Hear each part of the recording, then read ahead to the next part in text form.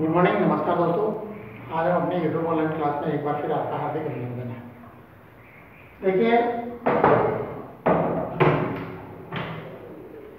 हमने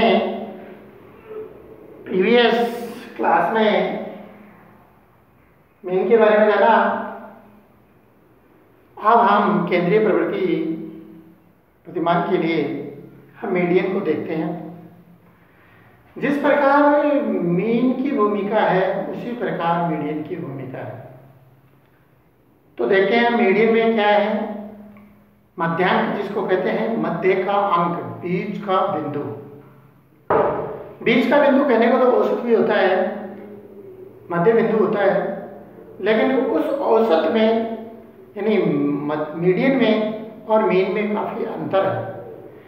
मीन है उसमें एग्जैक्टली केंद्र बिंदु होता है, लेकिन मीडियन में केवल मध्य मान होता है, अर्थात लगभग मान मध्य मान के रूप में प्रसारित किया जाता है।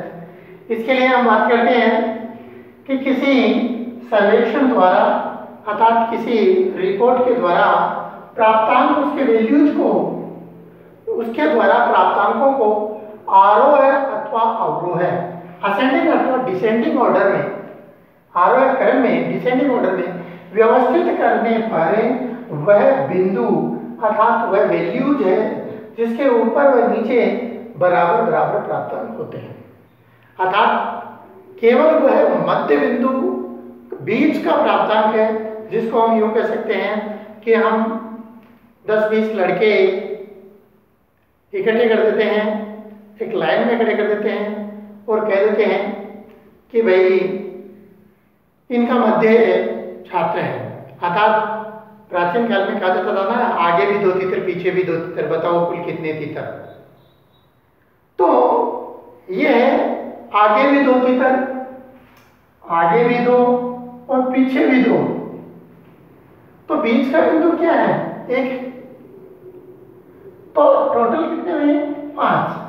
ठीक उसी प्रकार मीडियन है, मध्यांक है, मध्य का अंक क्या है? अब देखिए, इसके आगे भी 2 और पीछे भी 2। तो हम कहते हैं एक बार पुनः, किसी सर्वेक्षण या रिपोर्ट द्वारा किस प्राप्तांकों को, उसके वैल्यूज को आरोह अथवा अवरोह, असेंडिंग अथवा डिसेंडिंग ऑर्डर में व्यवस्थित करने पर वह बिंदु अर्थात प्राप्तांक जिसके ऊपर व नीचे बराबर बराबर प्राप्तांक होते हैं। हमने एक छोटा सा एग्जांपल लिया है, उदाहरण के रूप में प्रस्तुत किया है कि जैसे मानो देखो 3, 2, 1, 9, 8, 7, 6, 5, 6, 4, 9, 5, 6, 9, 10। अब हम देखते हैं कि 1, 2, 3, 4, 5, 6, 7, 8, 9, 10, 11, 12, 13, 14, 15। अब यहां हम बात करते हैं मीडियन की। तो मीडियन का सूत्र होता है n बराबर n + 1/2, n + 1/2।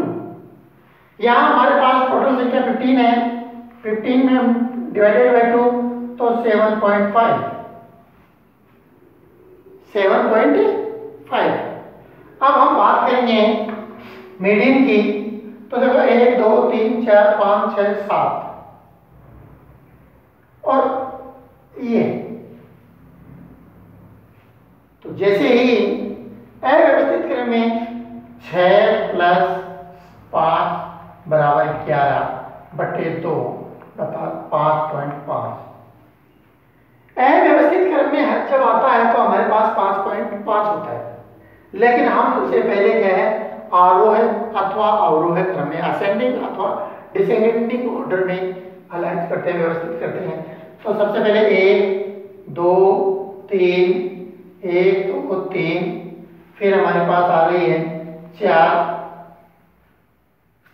फिर आ रहे हैं हमारे पास 5, फिर आ गए वापस 5,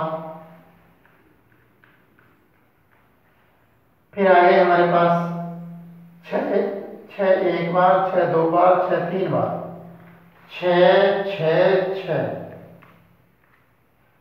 फिर आते हैं हमारे पास 7, ये 7, फिर आते हैं 8, 8, फिर आते हैं हमारे पास 9, 9, 9, 9, 9, 9, 9, 9, फिर आते हैं हमारे पास 10, 1 2 3 4 5 6 7 8 9 10 11 12 13 14 15, वो की वो बात आ गई। अब हम देखते हैं कि n+1, तो 1 2 3 4 5 6 7,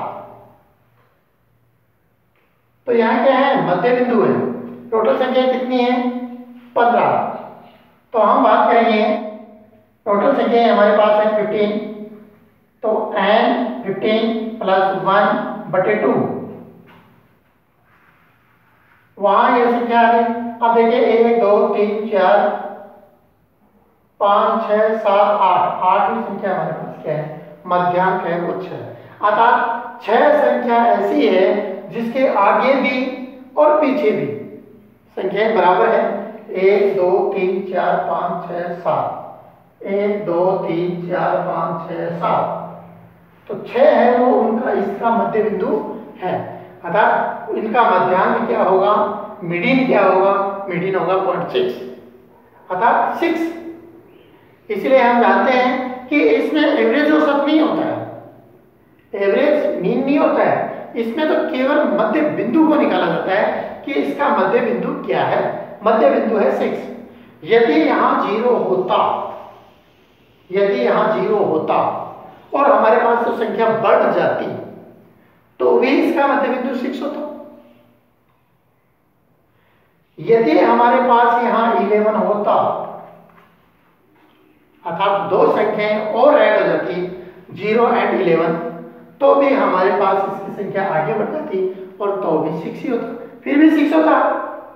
यदि हमारे पास यहाँ 0 हटा करके हमने यहाँ 12 कर दिया और 12 होने के बाद हमारी संख्या जो 15 6 है वो 6 ही रहती है। अर्थात संख्याओं के परिवर्तन से कोई नहीं है, यहाँ केवल मध्य से मतलब है कि मध्य बिंदु क्या है, अर्थात उसका मीडियन क्या है। तो मैं समझता हूं कि दोस्तों आपने मध्यांक यानी मध्य बिंदु के बारे में, मीडियंस के बारे में जाना कि यहाँ पर जिनकी फ्रीक्वेंसी है, यहाँ की फ्रीक्वेंसी बारंबारता है, उसकी आवृत्ति है 6 की, वो 3 टाइम हो रही है। यहाँ देखिए 9 की भी फ्रीक्वेंसी है वो 3 टाइम हो रही है। 5 की फ्रीक्वेंसी है वो भी 2 टाइम, सेकंड 2 बार आवृत्ति हुई है। अंग्रेजी भाषा में इसकी फ्रीक्वेंसी कह देते हैं, हिंदी भाषा में बारंबारता कहते हैं। आई होप मैं हिंदी भाषा का ज्यादा प्रयोग करते हुए इसे बारंबारता की संज्ञा देता हूं। तो देखिए कि जब इनकी संख्याओं में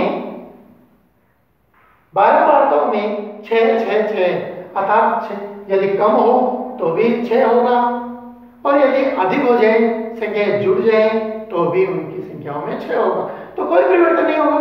इसलिए मीडियन का मतलब है कि किसी भी सर्वेक्षण द्वारा उसके प्राप्तांकों को सबसे पहले असेंडिंग अथवा डिसेंडिंग, आरोह अथवा अवरोह क्रम में व्यवस्थित करने पर वह बिंदु उसके प्राप्तांक अर्थात उनके वैल्यूज है उनकी, जिसके ऊपर वह नीचे अर्थात असेंडिंग अथवा डिसेंडिंग ऑर्डर में बराबर बराबर प्राप्तांक होते हैं। अर्थात ये संख्याएं बराबर बराबर होती हैं, जबकि इनके प्राप्तांकों का योग बराबर नहीं है। देखिए यहाँ 10 है और एक संख्या ही 10 है, 3 संख्याओं का योग करते हैं हम, आदि अंत की 3 संख्याओं का, तो यह 28 होते हैं और यहाँ के 3 संख्याओं का योग करते हैं तो 6 होता है। तो अंतर तो बराबर नहीं है, औसत बराबर नहीं है, लेकिन यहाँ औसत में क्या, राशियों का योग बटा राशियों की संख्या। अर्थात यहाँ वहां राशियां क्रमशः होंगी, क्रमवार होंगी, उन्हीं के आधार पर n+1। यहाँ पर क्या है, आवर्ती यदि बार बार हो रही है तो आवर्ती बार बार होने पर जब उनकी फ्रीक्वेंसी है, बारंबारता है, वो आप बार बार होने पर उसे मध्य बिंदु या मध्यांक या मध्य प्राप्तांक निकाला जाता है। तो मैं समझता हूं कि पूर्व वीडियो को कम ही बच्चों ने व्यू किया। देखते हैं आज कितनी 55 के करीबन परसेंट थी, आज कितनी परसेंट रहती हैं। उसी के आधार पे आपकी उपस्थिति होगी। और मैं सोचता हूँ अब ये कोरोना महामारी धीरे धीरे समाप्त हो रही है। ईश्वर का शुक्रिया है, धन्यवाद कि आप लोगों ने हमें सुरक्षित रखा।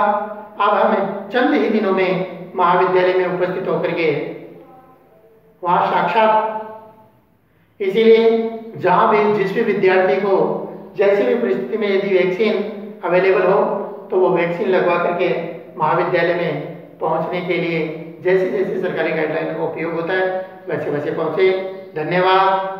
स्वस्थ रहें, सुखी रहें, अपने घर में रहें। धन्यवाद।